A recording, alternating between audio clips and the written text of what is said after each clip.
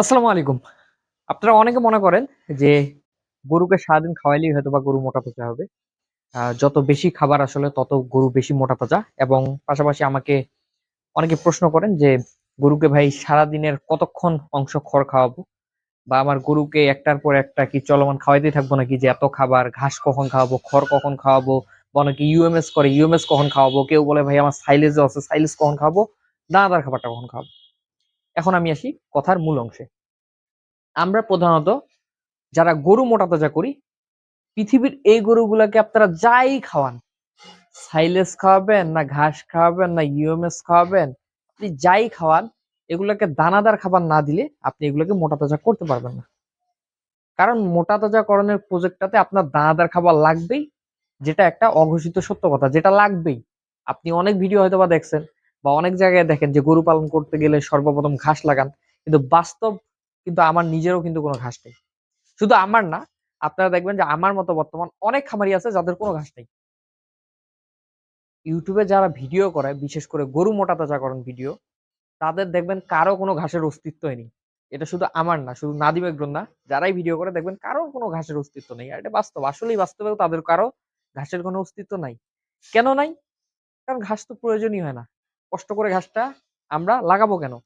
আপনি যদি ১ বিঘা জমি বা ৩৩% জমি যদি লিজে নিয়েও ঘাস লাগান, সেখানে তো খরচ হয়। খরচ হয় না? তারপর সেই জমিটার একটা খরচ দিতে হয়, বাৎসরিক খরচ। এই খরচগুলা যে দিবেন, আপনার সেটার প্রয়োজন না থাকলে অযথাই এই ব্যাটা করার প্রয়োজন কি? সেই টাকা দিয়ে খড় কিনে খড় খাওয়াই আমরা। দেখেন খড় খাইয়ে কিন্তু আমাদের গরু মোটা তাজা হয়ে যায়। তাই বলে খড়টা খেয়েই যে মোটা তাজা হয় এমনটা না। যেহেতু মোটা তাজা হয় দানাদার খাবার দিয়ে, আমরা দানাদার খাবার গরুকে খাওয়াই, পাশাপাশি খড় দেই।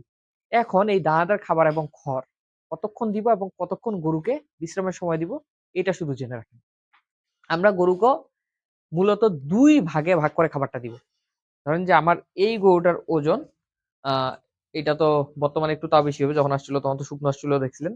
এখন ধরেন যে এই গরুটার ওজন মোটামুটি ১৭০ কেজির মতো হবে বর্তমান। সব মিলে লাইভ ওয়েট।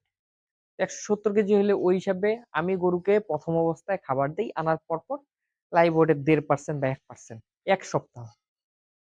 এবং ১ সপ্তাহ গেলে যখন এটা কৃমিমুক্ত শুরু হয়ে যায়, মানে শেষ হয়ে যায়, যদি আমার শর্ট টাইমের প্রজেক্ট হয় তাহলে আমি ফুল খাবার দেওয়া শুরু করে দেই। আর যদি আমার প্ল্যানিং থাকে যে না দেরি করে বিক্রি করব তাইলে একটু কম, কম দেই। যেমন এটা আমার প্ল্যানিং, এটা আমি কুরবানিতে বিক্রি করব।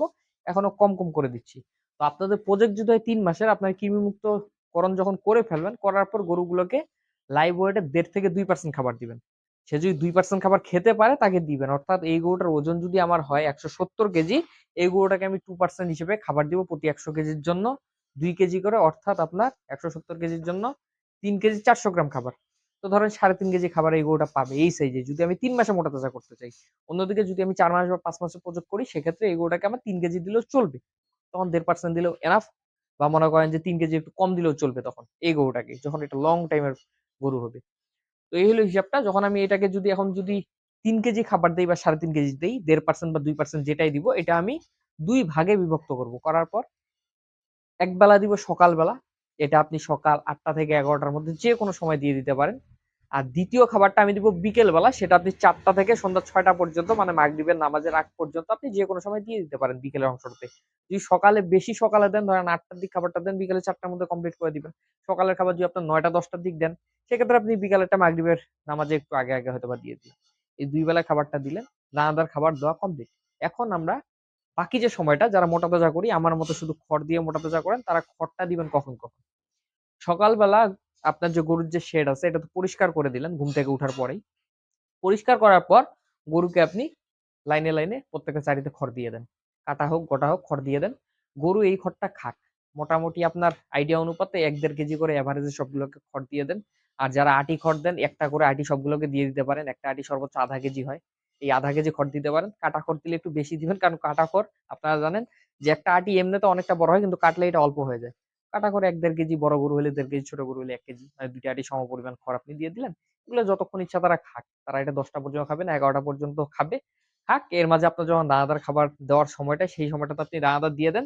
তারপর যদি চারিতে খড় থাকে সেটা খাবে। আর যদি তার ১-১.৫ ঘন্টা আগে যদি চারিতে খাবার শেষ করে দেয়, ধরেন আপনি ৬টার দিক খাবার দিছেন, দানাদার দিছেন ১০টার দিক, ৬টার দিক দিছেন খড়। এর মাঝে ৪ ঘন্টার মধ্যে তো অতক্ষণ খড় থাকবে না। খড় যদি শেষ হয়ে যায়, শেষ হয়ে যাবে, সমস্যা নেই। চারি ফাঁকাই পড়ে থাকবে। আপনার খাবার দেওয়ার কোনো প্রয়োজন নেই। দানাদার খাবার দেওয়ার পর তারপর আপনি খড় দিলে দিবেন। খড় দিলে দিবেন বলতে তারপর তো একবার আপনাকে খড় দিতেই হবে। এখন একটু রেস্ট দিয়েও খড়টা দিতে পারেন বা সাথে, সাথেও দিতে পারেন বা ইউএমএস থাকলে ইউএমএস দিলেন, সাইলেজ যারা দেন সাইলেজ দিতে পারেন, ঘাস থাকলে ঘাস দিতে পারেন। সেটা দিয়ে দিবেন। সেইটা আপনার যেইটা একটা নির্দিষ্ট অংশ তার পেট ভরানোর জন্য আপনার যতটুকু মনে হয় যে এই গরুটাকে আমি এতটুকু খড় বা দানাদার তো আমি দিছি, দানাদার দিয়ে তো আর সম্পূর্ণ পেটটা ভর্তি হবে না। একটু খড় দিলে ভালো হবে অথবা ঘাস দিলে ভালো হবে, যতটুকু দিলে ভালো হবে আপনারা খড় বা ঘাস ওটুক চারিতে দিয়ে দিবেন। দেওয়ার পর সেটা তারা দুপুর পর্যন্ত খাবে না ১১টা-১২টার মধ্যে শেষ করবে নাকি ১ ঘন্টা পরে শেষ করবে তাদের ব্যাপার। আপনার পেট ভরানোর জন্য যতটুকু প্রয়োজন ততটুকু দিবেন। আমি উদাহরণস্বরূপ বলতে পারি যে একটা ২০০ কেজি ওজনের গরুকে আমি সাধারণভাবে ২ কেজি খড় দেই। দানাদার খাবারের পর ২ কেজি খড় দেই। সেই খড়টা সে দুপুর পর্যন্ত খায়। তাকে আর আমি কিছু দেই না। যদি দুপুরে আগেও শেষ হয় শেষ হবে। শেষ হওয়ার পর সে রেস্ট নিবে। সে ঘুমাবে। দুপুরের দিকটা তার ঘুমানোর সময় সে ঘুমাবে। আপনি দুপুরের দিক গোসল দিয়ে দিতে পারেন। গোসল দেওয়ার পর সে আবার ঘুমাবে। কোন দরকার নেই। এই যে দানাদার দিলেন, দানাদার দেওয়ার পর খড় দিলেন। খড় শেষ হইলে তাকে রেস্ট নেওয়ার পর্যাপ্ত সময় দেন। দরকার হলে গোসল দেন। ওই সময়টার মধ্যে গোসল দেওয়ার পর গোসল শেষে আপনি কিছুক্ষণ রেস্ট দিয়ে ০.৫ ঘন্টা বা ২০ মিনিট রেস্ট দেওয়ার পর তারপর আরেকবার খাবার দিবেন। সেটা হলো খড়। সেই খড়টা দেওয়ার পর আবার ধরেন যে ওই ১ কেজি বা ২ কেজি আপনার যতটুকু মনে হয় যে এই গরুটাকে এতটুকু দিলে আর পেটটা ভর্তি হবে। আমাকে দেওয়া উচিত পেটটা ভর্তি করার জন্য। যেহেতু দানাদার দিয়ে পেটটা ভর্তি হবে না।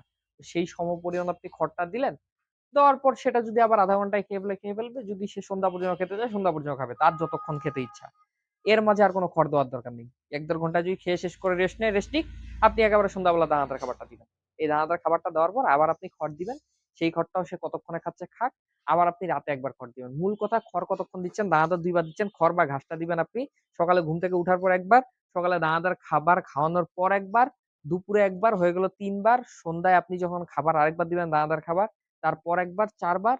আর রাতে আপনি যখন ঘুমাবেন, ঘুমাতে যাওয়ার আগে অল্প একটু খড় ধরেন যে একটা খড়ের আটি যে থাকে এই আটিটা ২ টা ২ টা গরুকে ভাগ করে দিতে পারেন অল্প করে। যাতে তারা খাওয়ার আগে একটু মুখটা চিবিয়ে-টিবিয়ে মনে করেন যে ঘুমায় আরকি। এতে যেটা হবে যে ভালো করে খড়টা চাবাইলে মুখ থেকে এনজাইম নির্গত হবে। এর ফলে আপনার সারাদিন যে খাবারটা খাইছে এটা কিন্তু ভালোভাবে পেটে হজম হবে, ডাইজেস্ট হবে। সারা রাত ধরে কিন্তু সেটা পেটে হজম হবে।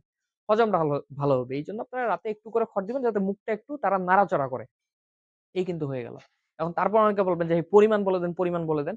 ভাই আমি গরুকে কিন্তু খড় দেই খুবই অল্প পরিমাণ। আমি যেমন গরুকে ধরেন যে এভারেজে সারাদিনে একটা গরু আমার এখানে তো আটি সিস্টেম, একটা আটি ০.৫ কেজির মতো হয়। ধরেন ৫০০ গ্রামের মতো হয়। আমি একটা গরুকে সারাদিনে সর্বোচ্চ ৬ থেকে ৮ আটি খড় খাওয়াই।